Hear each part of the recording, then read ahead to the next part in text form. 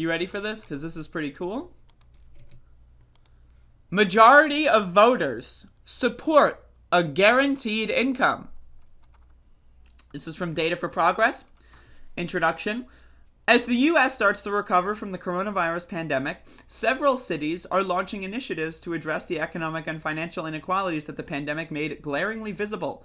Following the example of a 2-year pilot program started in Stockton, California by Mayor Michael Tubbs, these cities plan to conduct their own pilot guaranteed income programs, providing direct long-term payments to adults with no strings attached.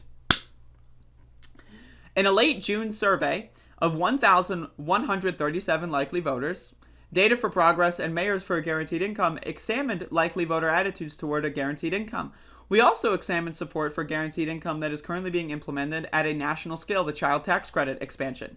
Implemented through the American Rescue Plan, the expanded credit will provide up to $300 per month for most families through December 2021.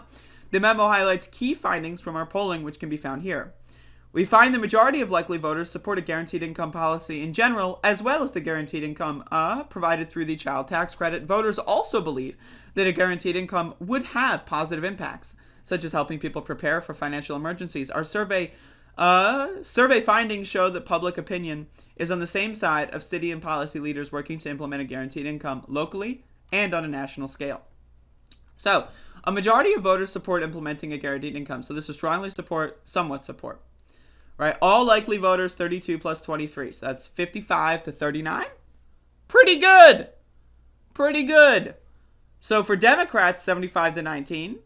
For independents, 53 to 40. And that's the key thing. Who cares about Republicans? Republicans are only like 15% of the country. When you really think about it, they're only like 15% of the country, maybe 20% on a good day.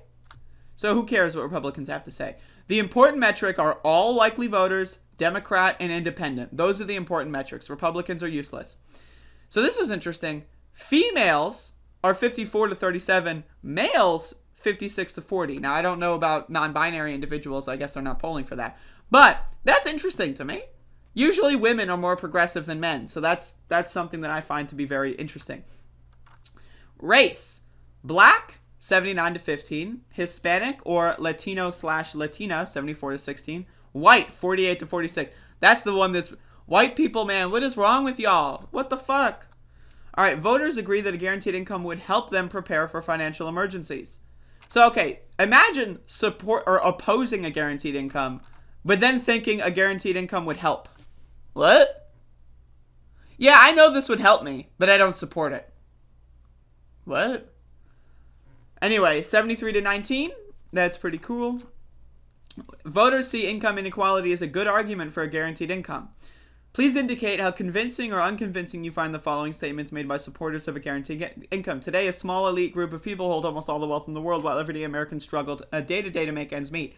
So again, the way you present these ideas, right, you get more and different answers. 64% of people are saying it's a convincing argument that, the wealth is concentrated toward the top, right? Now, again, these people might not necessarily be supportive of an income guarantee at the moment, but they understand the arguments, and that's very important. Voters are compelled by the idea of a guaranteed income as an emergency fund, 60% to 39%. Voters support the expanded child tax credit, 61% to 33%. A majority of voters support permanently expanding the child tax credit, 56 to 36%. This is all very important. I think we need to do more polls of this nature. It can't just be Data for Progress. We need different polling outfits doing different kinds of polling with different kinds of questions. But this is a good start. I think that this is going to be a positive change in the United States of America, and I'm looking forward to this. This is absolutely a good thing. And again, we need this. This is required. This isn't something, it would be nice. This is required. In a world where millions of people are on the streets because they lost their job during a pandemic and the government just ignored them, this is something that we need. Again, means testing is a problem. When you say, if you get X or Y, then we'll give you Z or Z, right? That's a problem, because think of all the people that don't exactly qualify. Think about the people that make $3 extra a month and can't qualify for that.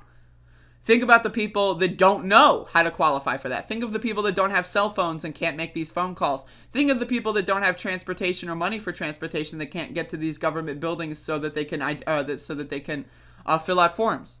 If you give a no strings attached guaranteed income to every citizen in the United States, I guarantee you the homelessness problem is going to plummet.